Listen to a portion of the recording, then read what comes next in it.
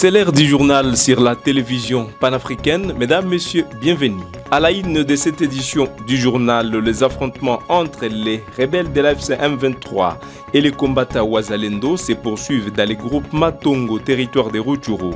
Des sources locales rapportent une intensification des violences dans les villages de Marangara et Rukarara avec de nouvelles victimes civiles à déplorer. L'ancien président congolais Joseph Kabila Kabange a rencontré Corneille Nangaa, coordonnateur politique de l'AFC M23. La rencontre, qui s'inscrit dans le cadre d'une prise de contact, a eu lieu quelques jours après l'arrivée de Joseph Kabila dans la région contrôlée par les mouvements rebelles. Bertrand Bisimwa était également présent lors de cette rencontre. Et puis le président du symposium des conférences épiscopales d'Afrique et de Madagascar, le cardinal Fridolin Ambongo, a lancé un appel urgent pour la justice pour tous les peuples africains du continent, de ces îles et de la diaspora. Mesdames, Messieurs, voilà tout pour les titres.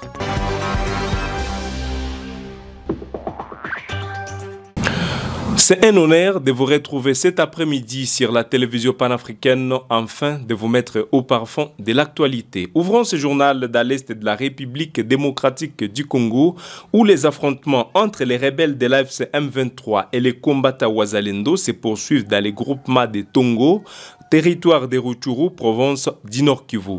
Des sources locales rapportent une intensification des violences dans les villages de Marangara, Rukarara, avec de nouvelles victimes civiles à déplorer. Reportage. Les combats entre les rebelles du M23 et les groupes armés locaux se sont intensifiés dans le groupement des Tongo, territoire de Rutshuru au Nord Kivu. Les villages de Marangara et Rukara sont particulièrement touchés, où des détonations d'armes lourdes et légères résonnent depuis l'aube. Des sources locales rapportent que des civils ont été victimes de ces affrontements, dont une fillette de 11 ans touchée par une balle perdue alors qu'elle se rendait au champ avec sa famille. La panique s'est emparée de la population locale, obligée de se terrer chez elle sous les feux, nourris des combats. Ces violences font suite à d'autres affrontements qui ont éclaté lundi entre Bwalanda et Katwe, dans le groupement Mutanda. Depuis jeudi 22 mai, les combats se sont multipliés dans le groupement de Bambo, Tongo, Bukombo et Mutanda, opposant les M23 au groupe Wazalendo. Les bilans de ces combats est lourd. Au moins 4 civils ont été tués, des dizaines d'autres blessés et plusieurs maisons incendiées. Les corps de victimes ont été retrouvés dans différents villages, notamment à Bambo et Kagando. Ces conflits provoquent des déplacements massifs de population, tandis que les autorités et les acteurs humanitaires peinent à accéder aux zones touchées et à apporter une aide à la population. Les processus de Washington visant à trouver une solution pacifique à la crise en République démocratique du Congo est en cours. Pour mieux comprendre les avancées, nous avons interrogé le ministre de la Communication et porte-parole du gouvernement congolais, Patrick Muyaya, que nous vous proposons de suivre dans ses propos. Les 6 principes, c'est les principes à partir desquels l'accord sera décliné. Et donc, il y a évidemment le principe sacro-saint que nous avons plusieurs fois rappelé sur la souveraineté et l'indépendance de la RDC, donc l'intangibilité et le respect strict de nos frontières. Le deuxième principe qui concerne les préoccupations sécuritaires. Ça veut dire que quand on aura signé l'accord, on aura défini les mécanismes à partir desquels on va traiter des questions sécuritaires entre nous et le Rwanda pour éviter d'en arriver au point que nous avons connu. Le troisième principe, c'est les principes liés à l'intégration économique, de comment toutes ces questions de commerce extérieur vont s'intégrer. Le quatrième principe, c'est celui qui porte sur le retour de réfugiés. Et le cinquième principe, je pense, concerne la MONUSCO et les différentes forces et les rôles qu'ils vont jouer. Et le sixième principe prévoyait justement, c'est que les différentes parties prenantes devraient verser comme autres éléments pour faire partie de cet accord. Et aujourd'hui, la partie congolaise a déjà versé ces éléments. La partie rwandaise l'a aussi fait et il y a un travail de synthèse qui se fait au niveau de Washington et donc dans les moments venus, dès lors que les éléments seront consolidés, notre ministre des Affaires étrangères et celui du Rwanda seront invités à se retrouver pour discuter des derniers détails de l'accord qui sera signé par les différents chefs d'État.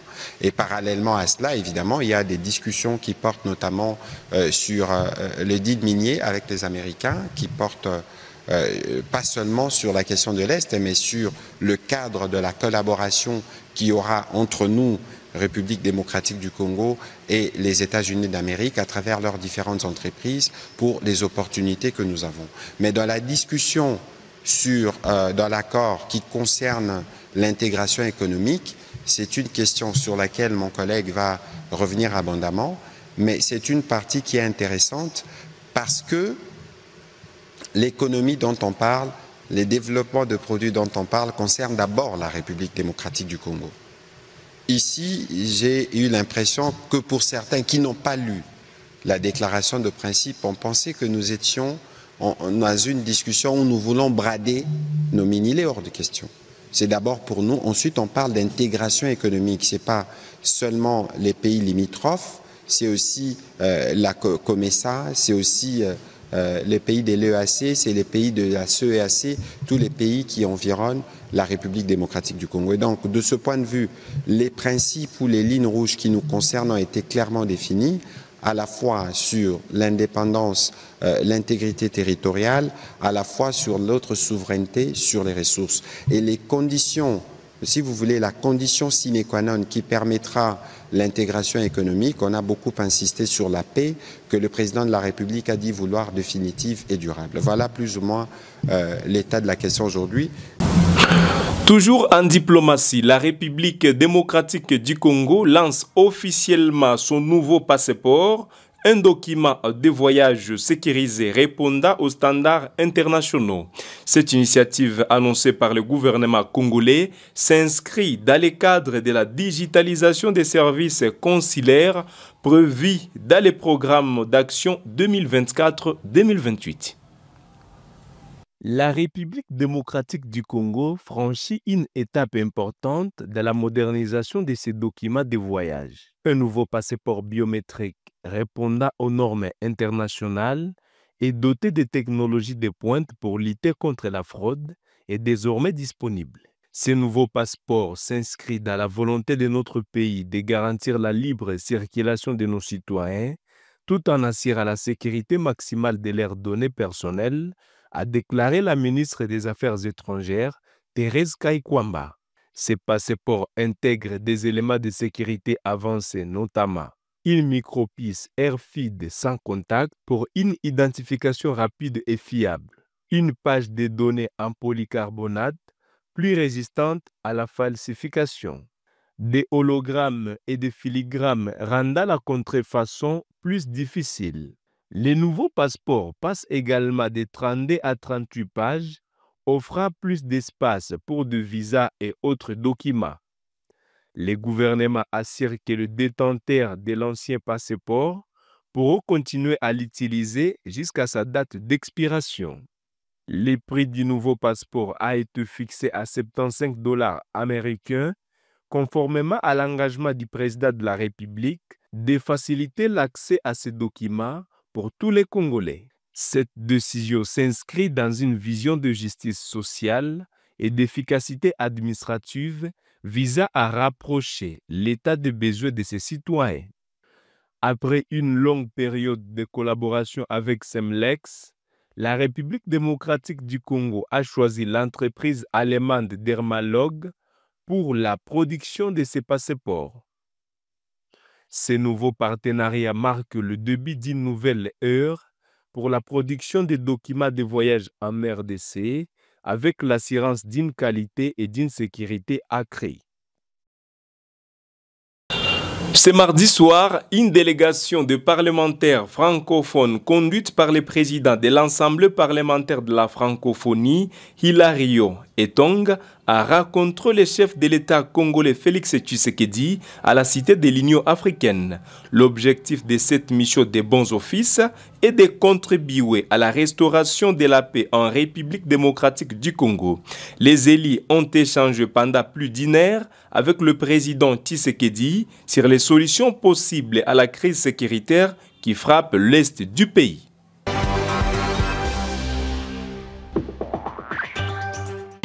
Vous êtes sur Gueule Afrique Média et vous suivez la grande édition du journal des 13h. Poursuivons ce journal dans la capitale de la province du Nord Kivu. L'ancien chef de l'État congolais Joseph Kabila est arrivé dans la ville de Goma dans la nuit de dimanche. De ce mercredi 28 mai 2025, il entame une série de consultations citoyennes. Ces consultations, dont les contenus restent encore flous, devaient permettre à l'ancien chef de l'État congolais Joseph Kabila de recueillir les avis de la population sur des sujets d'intérêt national. Des détails, c'est à retrouver dans ces reportages que nous vous proposons. L'ancien président de la République, Joseph Kabila, est arrivé à Goma dans la nuit de dimanche. Dès ce mercredi 28 mai 2025, il entame une série de consultations citoyennes, comme annoncé par votre rédaction. Selon son équipe, ces consultations visent à recueillir les préoccupations et les propositions des Congolais face aux multiples défis que traverse actuellement la République démocratique du Congo. Ses proches présentent cette initiative comme étant d'intérêt national, visant à créer une plateforme où les voix des citoyens pourront être entendues et leurs idées prises en compte pour l'avenir du pays. L'arrivée de Kabila à Goma et le lancement de ces consultations suscitent de nombreuses questions. S'agit-il d'une simple initiative citoyenne ou d'un retour sur la scène politique pour l'ancien président? La population est vivement encouragée à suivre attentivement ces consultations. Les développements et les conclusions de ces rencontres seront cruciaux pour la réflexion nationale. Votre rédaction suivra de près ces consultations citoyennes et vous tiendra informé des principaux points abordés et des réactions de la population. Dans le même registre, l'ancien président congolais Joseph Kabila Kabange est rentré au pays par la ville de Goma depuis le dimanche 25 mai 2025. Ce retour marque une réapparition politique après une longue période de silence et d'exil volontaire en Afrique australe. Selon le politologue Bob Kabamba, professeur à l'université de Liège en Belgique, le choix de Goma pour son retour n'est pas anodin. Il s'agit d'un message adressé à Kinshasa, soulignant que la situation du pays est préoccupante et qu'il est impératif de résoudre les problèmes qui s'y posent. Le village de Yedi, situé dans le territoire de Mambasa, en province de l'Ituri, dans l'est de la République démocratique du Congo, est désormais désenclavé. Les activités socio-économiques y reprennent de manière paisible. Ces regains de vitalité est dû aux efforts de l'administration militaire qui ont permis la réouverture de la route Gala-Yedi grâce à l'entreprise de construction sous les palmiers. Des détails, c'est à retrouver dans ces reportages. En suivant la ligne droite du président de la République Félix Tshisekedi Tshilombo, les gouverneurs militaires de l'Ituri restaurent l'autorité de l'État au village Yedi, aujourd'hui vivable et facilement accessible après 42 ans d'enclavement suite à l'inexistence de voies routières. Très intentionné au cri de détresse des populations, le lieutenant-général Luboya Kashamadjoni a confié les travaux de réhabilitation à l'entreprise sous les palmiers. Ces femmes rencontrées chemin faisant ont salué la qualité du travail abattu sur l'axe Gala-Yedi. Avant, il n'y avait pas de route ici. C'était difficile, on marchait à pied pendant longtemps. Mais aujourd'hui, les choses ont changé. À Yedi, il n'y a plus de guerre, il y a la paix. Le véhicule passe maintenant, il facilite la vie. Le prix des transports a baissé et cela nous rend la vie vraiment heureuse.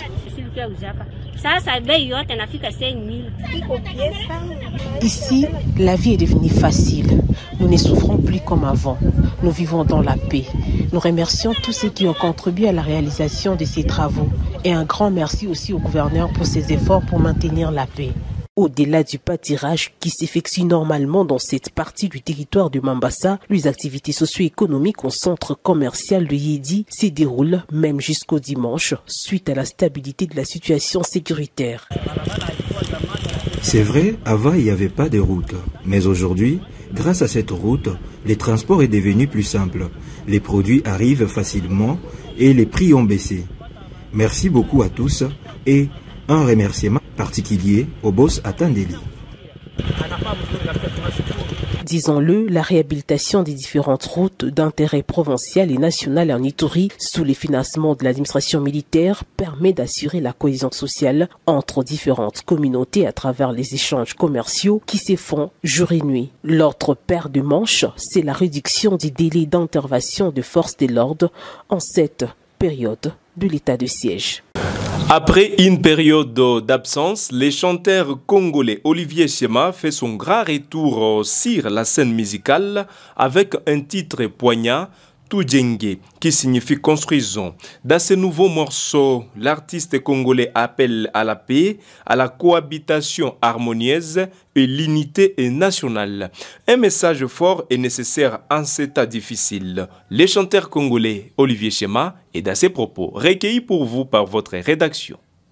Hakuna sema vitu mingi ni ini tukue umoja tu bila kuchukiana, huyu anatoka wapi, huyu anaenda wapi. Sisi tuko fasi moja, tuko watoto wa Goma, tuko wa Goma Trashe, wenyewe wanatoka Masisi, Ruchuru, Goma. Hakuna vingine ya mingi ya kufanya. Doke tukue ini, tukue umoja tu, njoo yenyewe tajenga nchi yetu, hakuna vingine. Yaani kutumika kwa pamoja. Ya, kutumika pamoja sisi wote tutumike pamoja bila kusema vitu mahene nilikuwa ile tushatupilia mbali kwa. Je l'ai annoncé dans les sommaires, le président du symposium des conférences épiscopales d'Afrique et de Madagascar, le cardinal Fridolin Ambongo, a lancé un message urgent pour la justice pour tous les peuples africains et du continent, de ces îles et de la diaspora. Reportage. Le président du symposium des conférences épiscopales d'Afrique et de Madagascar, le cardinal Fridolin Ambongo, lance un appel solennel. Il plaide pour une justice véritable en faveur des peuples africains, qu'ils vivent sur les continents, dans les îles ou dans la diaspora. Ce message fort, il l'a adressé à l'occasion de la 72e journée de l'Union africaine, célébrée ce 25 mai sous le thème évocateur « Justice pour les Africains et les personnes d'ascendance africaine à travers la réparation ». Dans une déclaration empreinte de gravité et d'espérance, le cardinal Ambongo a exhorté les dirigeants africains à faire de la justice, de la paix et de l'amour les piliers de leurs actions. Il a exprimé son inquiétude face aux défis multiples et urgents que connaît le continent. L'injustice, le terrorisme, les conflits armés, la pauvreté persistante, l'accès limité à l'éducation et aux soins de santé, les besoins de dialogue, y compris interreligieux, les crises écologiques, les flux des réfugiés et des déplacés internes ou encore les fléaux de la traite des êtres humains. Selon la Commission africaine des droits de l'homme et des peuples, les crises actuelles ont déjà contraint des millions de personnes à fuir leur foyer. Des femmes, des enfants, des familles entières échappent à la souffrance, aux violences des droits fondamentaux, à la famine. Mais ce sont précisément ces groupes les plus vulnérables qui subissent les pires violences. Le cardinal Ambongo s'est dit confiant. Il croit que les dirigeants africains attendront ses appels. Il fonde son espoir sur la continuité du message pastoral du Saint-Père, citant le pape Léon XIV dans la droite ligne de son prédécesseur, le pape François. Un message qui réaffirme l'engagement indéfectible de l'Église pour la justice, la paix et la dignité humaine, surtout celle des pauvres, des exclus et des victimes de l'indifférence et de la violence. Et c'est avec cette information que nous arrivons à la fin de cette édition du journal des 13h. Mesdames, Messieurs, merci de nous avoir choisis pour vous mettre au parfum de l'actualité. On se fixe un nouveau rendez-vous pour d'autres programmes sur la télévision panafricaine.